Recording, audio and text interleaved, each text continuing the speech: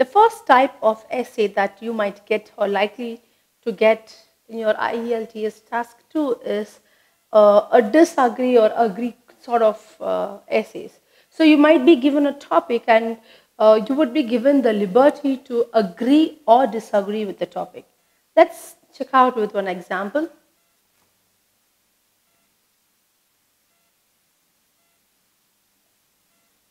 Rich countries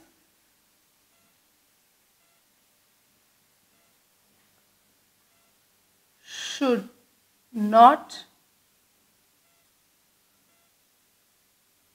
give jobs to the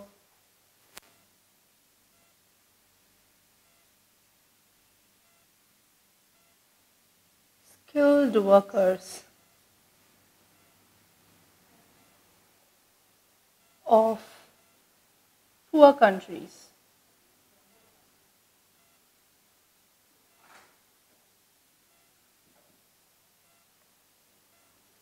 As they are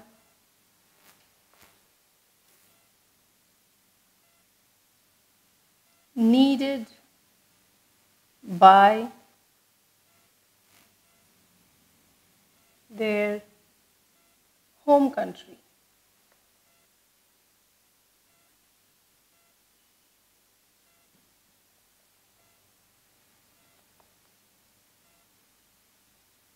How far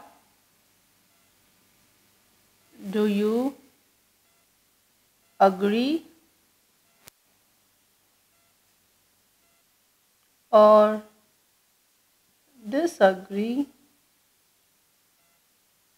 or disagree with the statement given? So this is going to be a question. Let's go through the question once again. Rich countries should not give jobs to the skilled workers. So who are these skilled workers? The doctors or engineers. So skilled workers of poor countries as they are needed by their home country.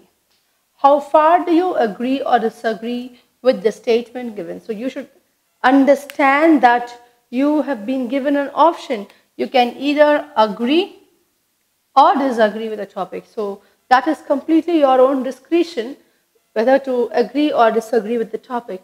So I definitely would choose to agree. Okay, so because the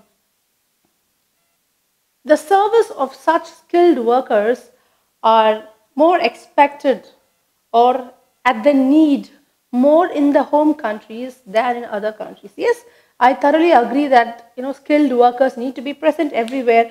They need to be appreciated or they deserve to get acknowledged. But if every skilled worker is going to abandon his or own mother country, then who is going to serve or help out his or her own mother country? Okay, so this is my idea. I will be writing my essay based on this. So what are the few points that you can mention in this essay is what I'm going to deal with you all. I'm just going to give you the hints which can be mentioned as points in this essay. So as you all know, the first paragraph is going to be about introduction. So you can talk about the general migration process.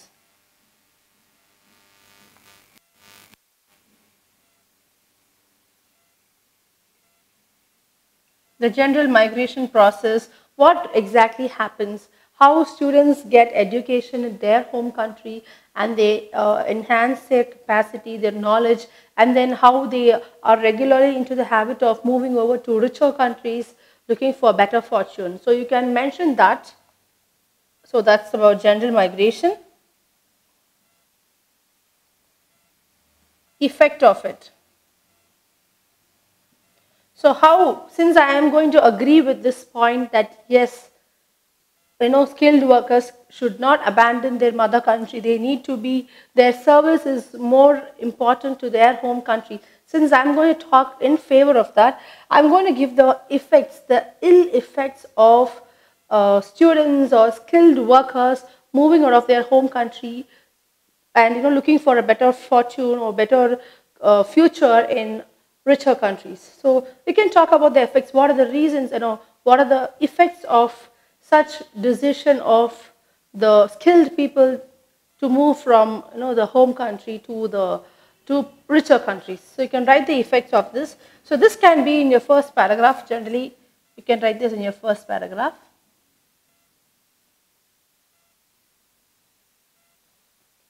After this, getting into the content,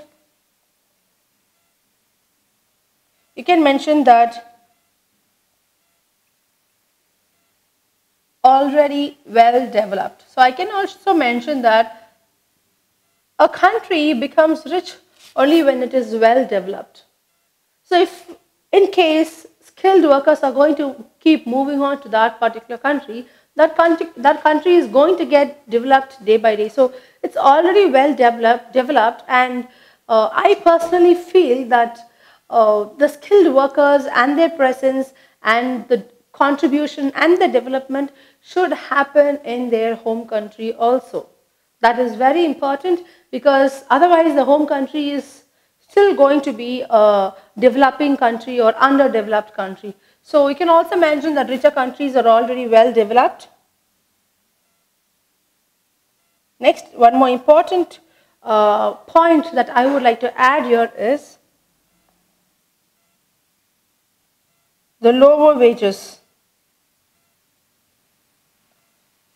What we need to understand here is that why is that rich country willing to offer that position to you? Though you are a skilled laborer, one main reason why the richer country would like to hire you is because they can pay you lower wages than they ought to pay their natives. So this is one main reason. So they don't mind paying, they don't mind paying lower wage, because you are of course a skilled worker, and for us that itself is a big money. So we are so happy about it. But the native worker will charge more than actually what the migrated worker was ready to work for. So the lower wages, which is actually genuinely not fair. The same sort of work done by the native as well as the foreign employee, but the foreign employee gets paid less. The wages, legal rights. So there are a lot of legal issues, legal rights, which a foreign employee will not be able to claim for, or legal problems which we will have to undergo when you work in a foreign country. So not every country is work friendly. So we will have a lot of legal right issues also. So apart from this, I would also like to mention, so this I can put in the second paragraph. And in the next paragraph, I would like to mention, apart from individual growth, apart from the contribution that is being given to a foreign country, we should also understand that it will still make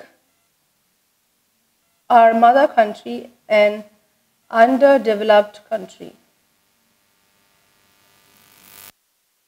Mother country will still remain underdeveloped.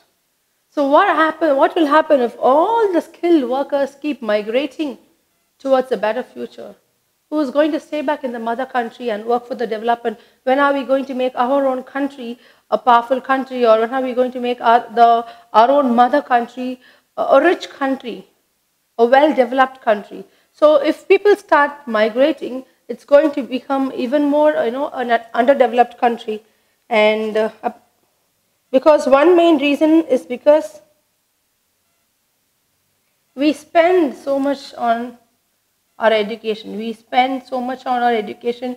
We are ready to educate our students to make them better skilled workers, but the service is not being rendered to the home country, but being migrated somewhere else. So that is one issue. The next is the brain drain.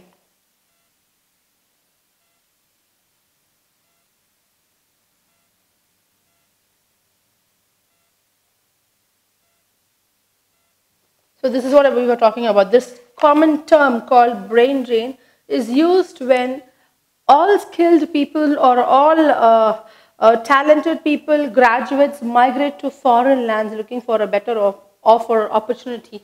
So that is called brain drain. So this brain drain is also harmful for the development or economy of a country. So I can mention all these things in the third paragraph. And in my fourth paragraph, I'm going to give my conclusion.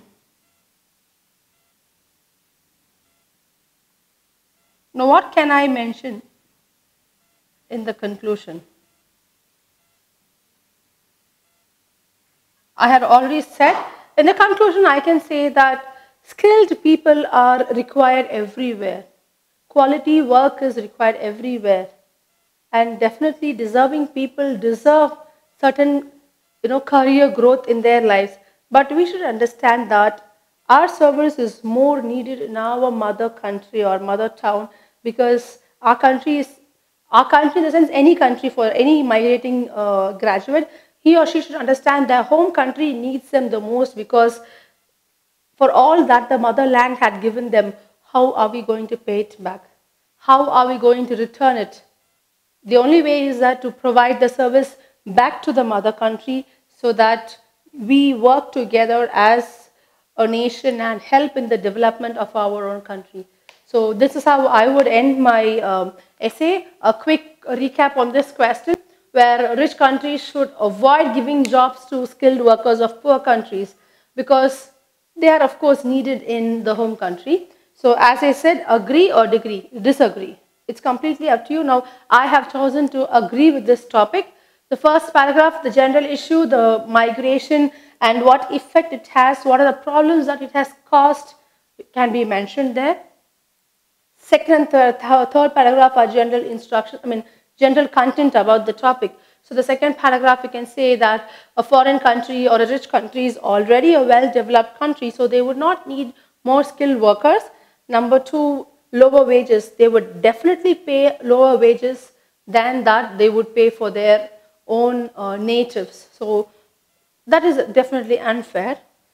Legal issues, a lot of legal issues, legal rights that cannot be claimed just because you are a foreigner in that particular place. And very important is the home country keeps going as an underdeveloped country, and so much is being spent on education, but when it comes to repaying back or the service that is to be rendered, it is being rendered in foreign countries where this happens, brain drain. All qualified graduates, educated people start moving over to rich countries looking for a better future, which is going to make the home country even more weaker day by day. And in the conclusion, I would like to justify my point again, saying that there's nothing wrong in people migrating to richer countries, but excessive migration, that is brain drain, is definitely going to be harmful to their home country, and every graduate should understand that they definitely need to pay back their home country by rendering their services to the home country that had given them all their education.